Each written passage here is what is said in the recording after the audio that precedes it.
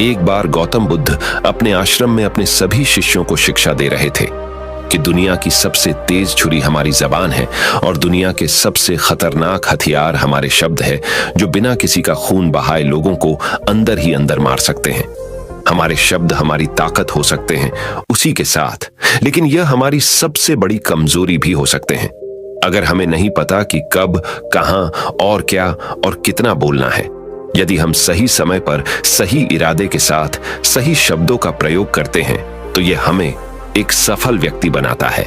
लेकिन अगर हम सही समय पर सही इरादे से सही शब्दों का इस्तेमाल नहीं करते तो यह हमारे जीवन को नर्क से बदतर बना सकता है। तो दोस्तों, आज की स्टोरी के माध्यम से मैं आपको बताने वाला हूं कि चुप रहकर कैसे हम अपने जीवन को बदल सकते हैं। आपको चुप रहने की शक्ति का एहसास इस वीडियो में होने वाला है। वीडियो शुरू करने से पहले कमेंट बॉक्स में नमो बुद्धाय लिखकर वीडियो को लाइक जरूर करें। तो चलिए शुरू करते हैं। इस कहानी को जापान में एक बहुत ही प्रसिद्ध बौद्ध भिक्षु रहा करते थे। उनका नाम रिसाई था। रिसाई अकेले रहते थे। दुनिया के शोर शराबे से दूर जंगल में वो रहते थे और वह बड़े ही ध्यानी और प्रभु भक्त व्यक्ति थे, इसलिए वह पूरे जापान में बहुत अधिक प्रसिद्ध थे। एक दिन एक राजकुमार रिसाई के पास आया और बोला, हे प्रिय भिक्षु, मैं हमेशा थका हुआ, निराश और परेशान महसूस करता हूँ। मेरा मन बहुत अशांत रहता है। हालांकि मेरे पास सब कुछ है, दौलत, शोहरत, सुख सुविधाएं जो हर व्यक्ति चाहता है या पाने की इच्छा करता है, लेकिन फिर भी मेरे अंदर इतनी अशांति और चिंता क्यों है?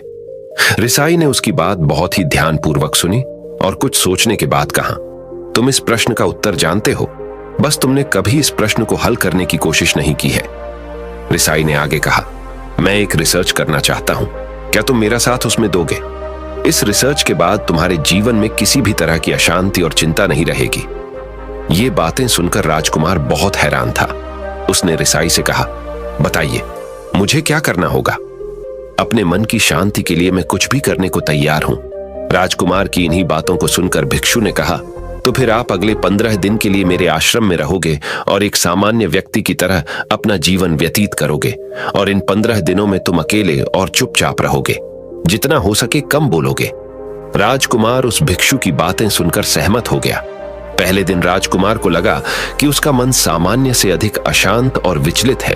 उसके मन में तरह तरह के विचार आ रहे हैं थे और वह आम लोगों की तरह जीवन जीने में असहज महसूस कर रहा है। उसे अंदर से बोलने की इच्छा हो रही थी, लेकिन वह चुपचाप रहा। उसके मुंह से एक भी शब्द नहीं निकला, बस वह चुपचाप बैठा रहता। लेकिन रात होते होते उसे अंदर ही अंदर शांति का अनुभव होने लगा। उसके लिए यह अनुभव अजीब था।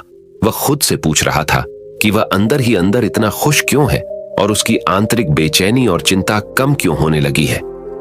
अगले दिन राजकुमार अकेला चुपचाप बैठा रहा और वह प्रकृति को निहार रहा। वह पौधों को, फूलों को, आकाश में उड़ रहे पक्षियों को, वह अपने जीवन में पहली बार यह अद्भुत दृश्य महसूस कर रहा था कि उसके पास कितनी सुंदरता है। वह दिन भर प्रकृति की सुंदरता को निहारता रहता और उसकी ताजगी को महसूस करता रहता। इसी तरह से 10 दिन बीत गए और उसके मन की सारी बेचैनी, सारी हलचल, सारी उथल पुथल और सारा तनाव गायब हो गया। 11वें दिन की सुबह राजकुमार फिर से एकांत में बैठ गया और कुछ ही मिनटों में उसकी आंखें अपने आप बंद हो गईं और वह गहरे ध्यान में चला गया। वह पूरे दिन वहीं पर आंखें बंद करके बैठा रहा और गहरे ध्यान में डूबा रहा। ना कोई शब्द, ना कोई चिंता। राजकुमार भीतर से असीम शांति और आनंद से भर गया। राजकुमार अपने बाकी के 4 दिन इसी तरह गहरे ध्यान में व्यतीत करने के बाद 15 दिन बाद रिसाई के सामने प्रस्तुत हुआ और रिसाई को प्रणाम करके बोला, प्रिय भिक्षु, मुझे उत्तर मिल गया कि मेरे मन में इतनी उथल पुथल और चिंता क्यों थी। मैं जान गया कि मेरा मन इतना अशांत और विचलित क्यों था। रिसाई मुस्कुराते हुए पूछा, बताओ, क्या उत्तर मिला तुम्हें? राजकुमार ने कहा, मैं आवश्यकता से अधिक बातें करता था। मैं किसी पर भी अपने शब्द और ऊर्जा व्यर्थ करता था। मैं दिन भर अपने लोगों से फालतू की बातें करता रहता और फिर उन्हीं के बारे में अकेले में सोचता रहता और ज्यादातर समय नकारात्मक ही सोचता रहता। इस तरह मैं बस अपना समय बर्बाद कर रहा था। ज्यादा बोलने और नकारात्मक सोचने की वजह से मेरा मन अशांत और बेचैन हो गया था और इसी वजह से मैं किसी भी काम को ठीक से नहीं कर पा रहा था। जिसकी वजह से मैं हर काम में असफल होने लगा। और फिर इन्हीं लगातार मिलने वाली असफलताओं की वजह से ही मैं और भी उदास और चिड़चिड़ा हो गया। इन्हीं सभी चीजों की वजह से मेरा जीवन नष्ट हो रहा था। लेकिन यहां पर बिताए हुए 15 दिन मेरे लिए पूरी तरह से अलग थे। मुझे कुछ अलग ही एहसास यहां पर हो रहा था। अब मुझे ऐसा लग रहा है मैं अपना जीवन पूरी तरह से जी रहा हूं, लेकिन इससे पहले मैं अपना जीवन गलत तरीके से जी रहा था। और मैंने यह भी सीखा कि हमें सिर्फ ध्यान करने की जरूरत नहीं है। ध्यान अपने आप होता है जब हम शांत और मौन होते हैं। ध्यान के पिछले कुछ दिनों के दौरान मैंने जो पहली चीज सीखी वह यह है कि मनुष्य के जीवन की सबसे महत्वपूर्ण चीज स्वयं को जानना ही है। यह सुनकर रिसाई ने कहा, सिर्फ तुम ही नहीं, दुनिया में ज्यादातर लोग जरूरत से ज्यादा बोलते हैं। आज भी लोग ज्यादातर समय केवल एक दूसरे को नीचा दिखाने के लिए ही बोलते हैं। कुछ लोग ना चाहते हुए भी बातें करते हैं और अपना जीवन बर्बाद कर लेते हैं। रिसाई ने राजकुमार को चुप रहने का महत्व समझाते हुए कहा। एक बार गौतम बुद्ध से उनके शिष्यों ने पूछा, प्रिय बुद्ध, आप ज्यादातर समय चुप क्यों रहते हैं? बुद्ध ने कहा, क्योंकि चुप रहने से व्यक्ति अंदर से अनंत शांति की गहराइयों में होता है। मौन अपने भीतर उतरने की पहली सीढ़ी है। मौन के बिना स्वयं को जानना असंभव है। स्वयं को जानने और समझने का पहला नियम है कि मौन हो जाओ। उतना ही बोलो जितना अत्यंत आवश्यक हो। बेफिजूल की बातें करना छोड़ दो। तुम अचानक पाओगे कि 90% से भी ज्यादातर लोग व्यर्थ ही ज्यादा बोलकर अपना समय बर्बाद कर रहे हैं। ना बोलने का कोई भी नुकसान नहीं है, लेकिन यदि आप ज्यादा बोलते हैं तो आप अत्यधिक गलती कर देते हैं। अगर व्यक्ति कम बोलना शुरू कर दे तो दुनिया की 90% मुसीबतें कम हो जाएगी। झगड़े फसाद कम हो जाएंगे, उपद्रव कम हो जाएंगे। अगर लोग थोड़ा चुप रहना सीख लिए, संसार की बहुत सारी समस्याएं हैं, बहुत सारा उपद्रव सिर्फ बोलने से पैदा होते हैं। सारी बात मौन सीखने की है। जब तुम नहीं बोलते तब तुम एकांत में अकेले हो गए। भरे बाजार में भीड़ में खड़े हो नहीं बोलते। हिमालय के शिखर में पहुंच गए। जिसने मौन की कला जान ली वो भीड़ में भी अकेले होने की कला जान लेता है। एकांत में तो आदमी स्वर्ग में है। दूसरे की उपस्थिति ही बेचैनी पैदा करती है। पहले तुम्हें चुप रहने की शक्ति को धारण करना होगा। इससे तुम अधिकतर ऊर्जा को बचा लोगे और फिर इस स्थिति में पहुंच जाओगे कि तुम कम बोलने लगोगे। अगर तुम किसी के यहां पर जा रहे हो और परेशान हो जाओ तो ऐसे में उचित है कि आंखें बंद कर लो और अपने में खो जाओ।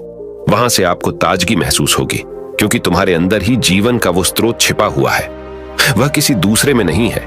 इसके बाद राजकुमार उस रिसाई से पूछते हैं, आखिर कौन हमें अपने अंदर तक लेकर जाएगा? ये बातें सुनकर रिसाई बुद्ध कहते हैं, तुम्हें स्वयं ही अपने अंदर उतरना होगा और वहीं से परम राज्य जीवन का आनंद ले पाओगे। आनंद का यहीं से जन्म हुआ है। यहीं से तुम मौत में डूब जाओगे। यही तुम्हारा सूरज उदय होगा और यहीं से अस्त होगा। इसी प्रकार तुम बार बार इब्की लगाओ। जब भी तुम इब्की लगाकर लौटोगे वहां से तुम पाओगे फिर ताजगी भरी जीवन की नई संपदा मिलेगी। इस नई शक्ति के जन्म होने से तुम्हारी थकान गई, उदासी गई, चिंता गई। जैसे कोई स्नान करके लौटता है तो शरीर शीतल हो जाता है, शांत हो जाता है। ऐसे ही जब कोई भीतर से साफ होकर वापस आता है, मौन में स्नान करके लौटता है, तो समस्त अस्तित्व, समस्त व्यक्तित्व शांत और मौन हो जाता है, आनंदित हो जाता है। जब तुम आंतरिक मौन की उस पराकाष्ठा पर पहुंच जाओगे तब तुम पाओगे कि बोलने से भी तुम्हारा मौन खंडित नहीं होता, वो बना ही रहता है। उसकी एक अंतर्धारा लगातार तुम्हारे भीतर बहती रहती है। तुम बोलते तो हो, तुम शब्द का उपयोग भी करते हो, लेकिन वो तुम्हारे मौन को खंडित नहीं कर पाती। एक बार गहरे मौन में स्थिर हो जाओ, फिर तुम्हारी वाणी में भी मिठास आ जाएगी। तुम्हारा बोलना संगीत पूर्ण होगा, तुम्हारा बोलना सत्य होगा। तुम बोलोगे तो दूसरों पर भी शीतलता छा जाएगी। जैसे ही तुम अंदर से चुप होते हो, तुम इतने शक्तिशाली होने लगते हो कि समाज की निर्भरता तुम छोड़ने लगते हो और तुम्हारे जीवन में एक मस्ती आती है जो केवल दीवानों के जीवन में होती है। तुम्हारे चेहरे पर एक नई रौनक आ जाती है। तुम्हारी आंखें किसी अमृत के समान हो जाती है और तुम अनंत शांति के समुद्र में डूबने लगते हो। इतना कहकर भिक्षु रिझाई ने अपनी बात खत्म की और वो मौन में चले गए। राजकुमार उनका धन्यवाद कर कर अपने महल में चला गया। दोस्तों, आपने भी अनुभव किया होगा कि बहुत ज्यादा बात करने से दिमाग अशांत हो जाता है, जिससे हम अपने दिमाग पर नियंत्रण खो देते हैं और साथ ही अपना ध्यान भी खो देते हैं। जो लोग बहुत ज्यादा बोलते हैं उनके पास किसी एक काम पर ध्यान केंद्रित करने की काबिलियत नहीं होती। वो अपने किसी भी लक्ष्य पर पूरी तरह से ध्यान केंद्रित नहीं कर पाते। अगर हमारा दिमाग एक जगह केंद्रित नहीं है तो हम जीवन की सच्चाई नहीं समझ पाते और ना ही मनचाही सफलता कभी हासिल कर पाएंगे। इसके अलावा भी आपने देखा होगा कि जो लोग अधिक बोलते हैं वो अक्सर लोगों के बीच हंसी का पात्र बन जाते हैं, और जो लोग कम बोलते हैं और अपनी बात पर कायम रहते हैं उन्हें लोगों से सम्मान मिलता है। लोग उनकी बातों को सुनते हैं और उन पर भरोसा भी करते हैं। जो लोग जरूरत से अधिक बोलते हैं और अपने विचारों के बारे में पक्के नहीं होते, उनका दिमाग स्थिर और विचलित रहता है, शोर से भरा रहता है, और एक अशांत दिमाग वाला व्यक्ति जीवन में किसी भी चीज में सफल नहीं हो पाता, क्योंकि वह किसी भी काम में फोकस नहीं कर पाता। यदि किसी व्यक्ति को यह पता है कि उसे कब, कहां और क्या बोलना है, तो वह व्यक्ति सच में बहुत बुद्धिमान है, और ऐसा व्यक्ति जहां भी जाता है उसका व्यक्तित्व आकर्षण का केंद्र बन जाता है, और वह जो कुछ भी करता है उसमें सफल अवश्य होता है। अगर हम किसी महान और सफल व्यक्ति के व्यक्तित्व को गहराई से देखें तो पाएंगे कि वो कम बोलते हैं और कम से कम शब्दों में अपनी बात खत्म कर देते हैं। वो बोलने से पहले वो चीजों और जिसके बारे में उसे बोलना है उनके बारे में गहराई से सोचते हैं। लेकिन जो लोग बहुत ज्यादा बोलते हैं, बहुत बार वो झूठ भी बोलते हैं और अपनी बातों से दूसरों के मन और विचारों पर कचरा डालते रहते हैं। वह ज्यादातर समय दूसरों की बुराई करते रहते हैं, इसलिए उनके अपने भी उनसे नफरत करने लगते हैं। इंसान के जीवन के बहुत सारे दुखों में से एक दुख यह भी है कि वह कभी चुप नहीं रह सकता, हमेशा कुछ ना कुछ बोलता ही रहता है। सिर्फ हमारे बोलने के कारण हमारे आधे से ज्यादा दुख पैदा होते हैं। परिवार के अधिकतर झगड़ों की वजह हमारा बेमतलब बोलना ही होता है। हम में से कोई भी चुप नहीं रहना चाहता, हम बस सामने वाले को सुना देना चाहते हैं। जो भी हमारे मन में है सब निकालकर उसके मन में बैठा देना चाहते हैं, उसे समझा देना चाहते हैं कि देख तू गलत है और मैं सही। और इस तरीके से सब एक दूसरे की सगली बातों को ग्रहण कर रहे हैं। इस तरीके से सुनने और सुनाने का यह काम जिंदगी भर चलता रहता है। लेकिन इस नासमझी में हम अपना समय, अपना जीवन, अपनी समझ और सबसे महत्वपूर्ण व कीमती पल जो जिए जा सकते हैं, जिनको अनुभव किया जा सकता है, जिनमें आनंद को प्राप्त किया जा सकता है, यह सब खो देते हैं। लेकिन इसके बदले हमें मिलता क्या है? कुछ नहीं, सब व्यर्थ और बर्बाद हो जाता है। इस पागलपन में हमने क्या खो दिया, इसका एहसास केवल कुछ ही लोगों को हो पाता है। बाकी लोग जैसे उन्हें अपने आने का पता नहीं, वैसे ही उन्हें अपने जाने का भी पता नहीं चल पाता। मुझे उम्मीद है कि आपको यह कहानी पसंद आई होगी और काफी कुछ सीखने को मिला होगा। कहानी के बारे में अपने विचार आप हमें नीचे कमेंट बॉक्स में कमेंट करके बता सकते हैं। नमो बुद्धाय।